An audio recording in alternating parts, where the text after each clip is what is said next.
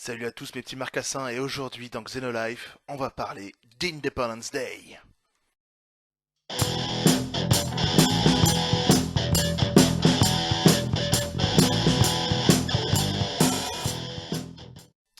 Effectivement, les extraterrestres d'Independence Day reviennent au cinéma et il m'a semblé intéressant de vous en parler dans une petite vidéo.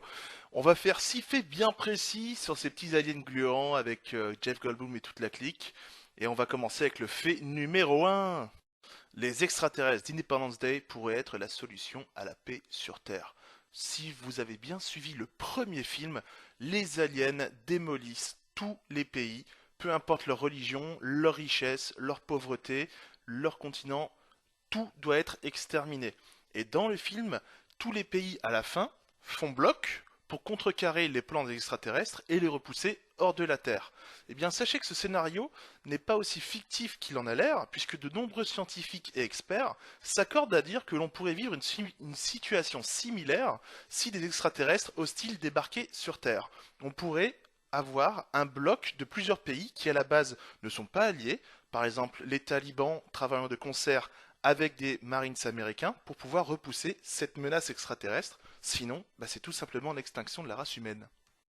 On va se pencher avec le fait numéro 2 sur la conception des aliens d'Independence Day. Alors en effet, pour le design de ces créatures, c'est le designer Patrick Tatopoulos qui s'en est chargé. Il a produit deux concepts d'aliens pour Roland Emmerich lors de la pré-production du premier film. Le premier concept présentait une créature énorme et terrifiante et extrêmement imposante. Le deuxième, il présentait une créature alien chétive relativement fragile. Roland Emmerich, de son côté, fut extrêmement enthousiaste par les deux designs. Et il a décidé de les cumuler, ce qui fait que dans le film, les extraterrestres portent une sorte de exosquelette organique, et à l'intérieur, vous avez l'alien chétif qui dirige tout ça, tout simplement. Et on passe au fait numéro 3, des aliens plutôt glissants. Alors vous l'avez peut-être remarqué, les aliens de Independence Day ont un aspect assez visqueux, voire même poisseux. Alors, comment les équipes du film sont arrivées à un tel effet? Après plusieurs essais, ils sont tout simplement rabattus sur du lubrifiant commercial qu'on trouve dans tous les magasins, du Kai Jelly pour être exact. C'est un lubrifiant à application médicale. Ils ont appliqué tout ça sur les marionnettes et vous avez un aspect assez poisseux, dégoûtant, répugnant. Tout simplement, les mecs. Et pour le fait numéro 4, mon fait préféré, les aliens d'Independence Day seraient un clin d'œil à la guerre des mondes d'H.G. Wells. Alors, effectivement, si vous avez lu le livre de H.G. Wells, La guerre des mondes, ou même si vous avez vu le film de Steven Spielberg, qui est très correct et très sympathique, vous avez peut-être remarqué quelques similarités entre les deux œuvres. En effet, dans les deux cas, la technologie des aliens est écrasante, la résistance des humaines est tout simplement pathétique et inefficace face à la puissance de feu des aliens, mais dans les deux cas, la seule chose qui est parvenue à mettre un terme à l'invasion extraterrestre est tout simplement un virus. Un virus informatique pour Independence Day et un virus biologique dans le cas de H.G. Wells. Et pour l'avant-dernier fait, on va se pencher sur le style de vie de nos aliens. On sait très peu de choses sur eux.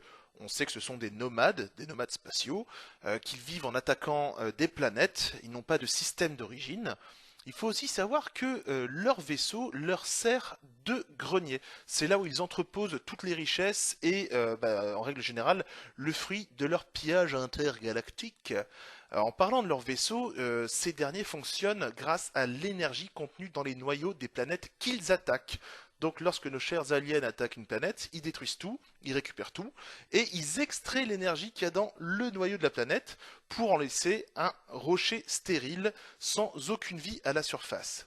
Et pour continuer sur les vaisseaux, il faut savoir que les vaisseaux d'Independence Day font partie des plus grands. Certains peuvent mesurer jusqu'à 30 km. Et le dernier fait de Xenolife, généralement, c'est l'impact sur la pop culture. Et là, on va se pencher sur celui d'Independence Day. Alors, la franchise est encore assez jeune, entre guillemets, puisqu'elle a quand même 20 ans. Mais il y a quand même eu les jouets, les vaisseaux, les aliens, tout ça en petits jouets. Vous avez également une série de comic books très sympathiques. Alors, je ne sais pas s'ils sont considérés comme étant canon ou hors canon. Ça, il faudrait que je regarde d'un peu plus près. Mais vous avez également, et ça je trouvais ça très intéressant de vous en parler, une tueuse en série qui a fait référence à Independence Day avant de se faire exécuter. Il s'agit de Aileen Wuornos, pardon. qui a cité, avant de mourir, elle a cité cette phrase.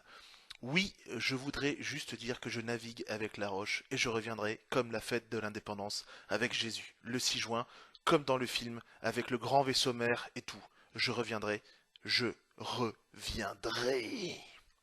Et on arrive à la fin de la vidéo. Alors comme d'habitude, avant de vous laisser partir comme des petits calamars, j'ai une recommandation, l'excellent documentaire Alien Invasion, qui est sorti il y a 5-6 ans maintenant. Il est en 2 parties sur Dailymotion, je vous mettrai les liens dans la description.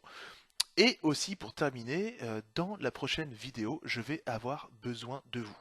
Non pas de votre argent, rassurez-vous, mais je vais avoir besoin de vos voix et de vos votes. Je vous en parlerai dans la prochaine vidéo, mais en attendant, j'ai un petit teasing parce que je suis comme ça, moi je fais du teaser. Et puis, bah, il me reste plus qu'à vous remercier d'avoir regardé la vidéo. N'hésitez pas à aller voir mes anciennes vidéos si c'est la première fois que vous êtes sur Xenolife, à vous abonner, à partager, à liker, bref, le pouce de l'amour. Et en attendant la prochaine vidéo, bah, je vous fais une petite bise sur vos petites fesses bien rebondies et délicates. Et puis, bah, surveillez le ciel, on sait jamais, il pourrait revenir très bientôt. Allez, à plus les copains, ciao.